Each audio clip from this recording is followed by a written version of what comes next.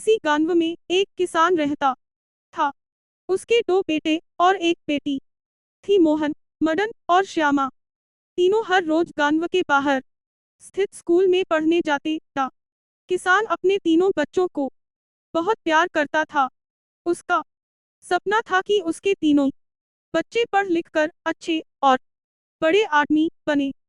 तीनों बच्चों को नारियल के लड्डू बहुत पसंद था, इसलिए माँ ने घर पर ही नारियल के स्वादिष्ट लड्डू बनाकर रख दिए था और रोज स्कूल जाते समय उन्हें एक एक लड्डू दिया करती थी। माँ ने तीनों बच्चों को समझाया था कि उन्हें हर रोज सिर्फ एक ही लड्डू मिलेंगे। एक ऐसा ही ज्यादा लड्डू रोज खाना सेहत के लिए हानिकारक हो सकता है। माँ ने उन्हें ऐसा डराने के लिए कहा था ताकि लड्डू ज्यादा समय तक चले, कुछ ही दिनों में खत्म न हो जाए। एक दिन घर पर कुछ मेहमान आए। उनको लड्डू देने के लिए जब माँ ने लड्डू का डिब्बा खोला तो वह दंग रह गई। उसमें ऐसा ही अधिक लड्डू गायब था। माँ तुरंत समझ गई कि उसके बच्चे लड्डू चोरी करके खा रहे हैं। माँ ने ये बात किसान को बताई। किसान को यह बात सुनकर बहुत दुख हुआ। वह इतनी मेहनत करके अपने बच्चों को पढ़ा लिखा रहा था। उसके बच्चे यदि चोरी जैसा गलत काम करना सीख रहे हैं तो उसके लिए बड़े शर्म और दुख की बात थी। किसान के लिए यह पता लगाना बहुत मुश्किल था कि उसका कौन सा बच्चा लड्डू चोरी करके खा रहा है। फिर अचानक किसान को एक तरकीब सूझी। उसने अपनी पत्नी को समझाया कि नारियल के लड्डू में नीम के पत्तों का रस मिला दे। किसान की पत्नी को यह तरकीब अच्छी लगी और उसने ऐसा ही किया।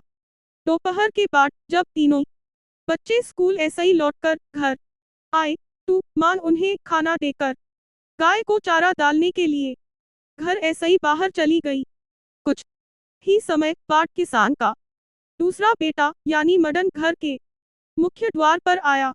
उसने दरवाजे पर ही सब खाया। मोइन पिया उलट दिया। मोहन का चेहरा उतरा हुआ था और आंखों ऐसे ही खूब पानी बह रहा था। तभी किसान और उसकी पत्नी भी घर के मुख्य दरवाजे पर पहुंच गए। वे दोनों समझ गए कि उनका दूसरा बेटा मोहन ही लड्डू चोरी करके खा रहा था। माँ ने पानी ऐसे ही मोहन का मुंह साफ कराया और यूस घर के अंदर ले गई। किसान ने बड़े बेटे मोहन और छोटी बेटी श्यामा को मदन की करतूत बताई। उन्होंने भी पिता को बताया कि मदन हर रोज स्कूल के रास्ते में पड़ने वाले बगीचे ऐसे ही फल चुराकर खाता है। यह जानकर किसान और उसकी पत्नी को और दुख हुआ। किसान ने क्रोधी होते हुए यह कहा कि कल ऐसे ही मदन अब स्कूल नहीं जाएगा। वह मेरे साथ खेतों में मजदूरों की तरह काम किया करेगा।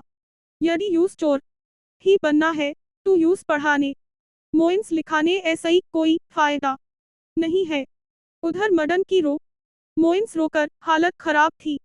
उसको अपनी गलती का एहसास हो चुका था। उसने अपनी गलती स्वीकार कर ली।